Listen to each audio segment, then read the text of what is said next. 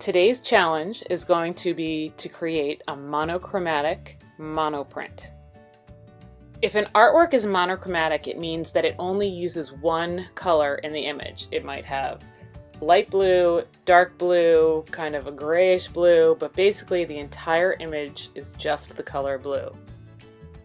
A monoprint is a type of printmaking where the lines and shapes and colors can only be made once.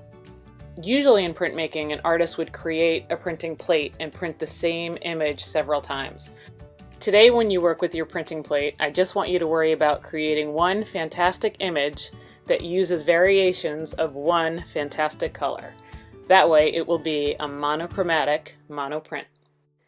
Okay, now my printing plate is ready. I made a composition of circles on a sheet of styrofoam using a ballpoint pen. I'm going to tape my printing plate upside down on the paper that I'm planning to print on. Using just one piece of masking tape, I'm going to make a hinge on one side of my printing plate. It's going to hold it to the paper, but you'll see I'll be able to flip that plate back and forth.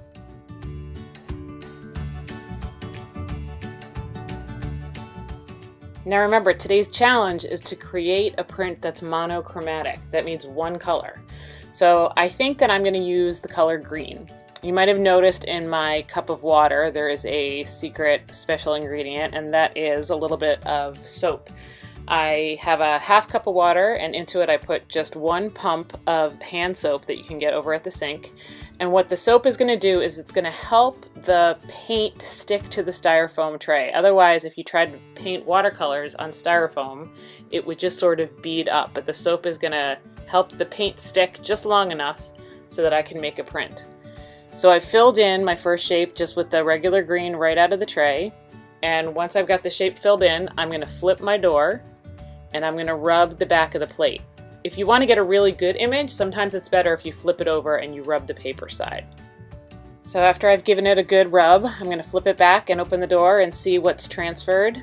And there I have my first shape has been transferred over to my paper. Now in the beginning I've gotten lucky because you'll notice my tray of paints actually already has a light green and a dark green. So it's okay when you're starting to use the colors straight from the pan and fill in a few of your shapes. Keep in mind that you really don't have a lot of time before the paint is going to start to dry. So just paint one little shape at a time, flip it over and transfer your paint, and then you can paint another little shape, flip it over and transfer your paint. If you have a big shape, sometimes you're just going to want to paint half of it before you transfer it to try to make sure you flip it before the paint has a chance to dry. Alright, now I need to figure out a way to add a different value of the color green, and so one way is by adding white. So I'm going to use a little bit of my white temper cake and add it to the green to make a light value of the color. You'll notice that the circle I'm working on is a pretty big shape, and so I'm just working on a little piece of it at a time. I'm doing about a third of the circle and then folding it over and transferring the paint, and then I'll go back and do a little bit more of that circle and I'll fold it over and transfer the paint. Now that I've finished adding a light value, I'm ready to try to do a shade of green. So I'm going to take a little of the black and mix it with the green right on my palette and see if I can get a nice dark green for a few of my shapes. For the next step in my project, I'm actually going to look at the color wheel for help. When you look at the wheel, you're going to notice that green falls in between yellow and blue. Yellow plus blue makes green. So if I start with green and I add a little bit of yellow or a little bit of blue, I'm still going to have green, but it's just going to make the green seem a little bit lighter or a little bit darker. So starting with yellow, I'm going to take some of the green and mix it right on top of the yellow in my palette and see if I can get a nice yellow, sort of grassy green to fill in one of my shapes.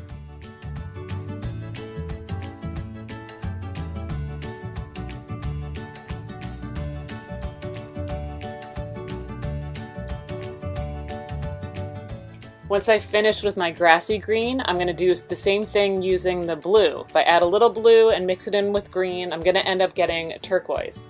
I am going to try to keep the turquoise on the green side and not let it get too blue because I'm trying to make my painting monochromatic. So I don't want anyone to look at it and see blue. I want them to see a green that's just got kind of a touch of blue with it.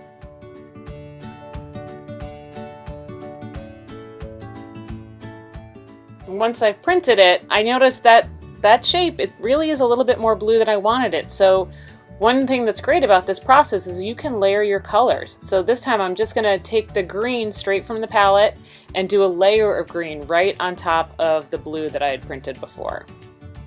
There's one last trick I want to show you for altering your color, and it involves looking at the color wheel again. You'll notice straight across from the green on the color wheel is the color red. If I take just a little bit of red and add it to the green, it's going to tone that green color down for me.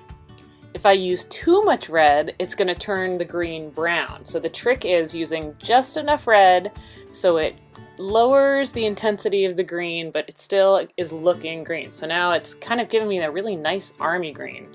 I'm going to turn my plate over and rub it, and I really like the way that color came out. So I'm going to use it again on the top part of my print.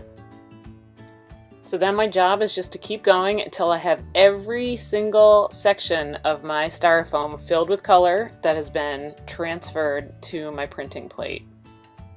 The hardest part really is going to be figuring out the combination of the water and the paint. You really need to make sure that your paint is nice and thick so that you get those white lines surrounding each one of your shapes.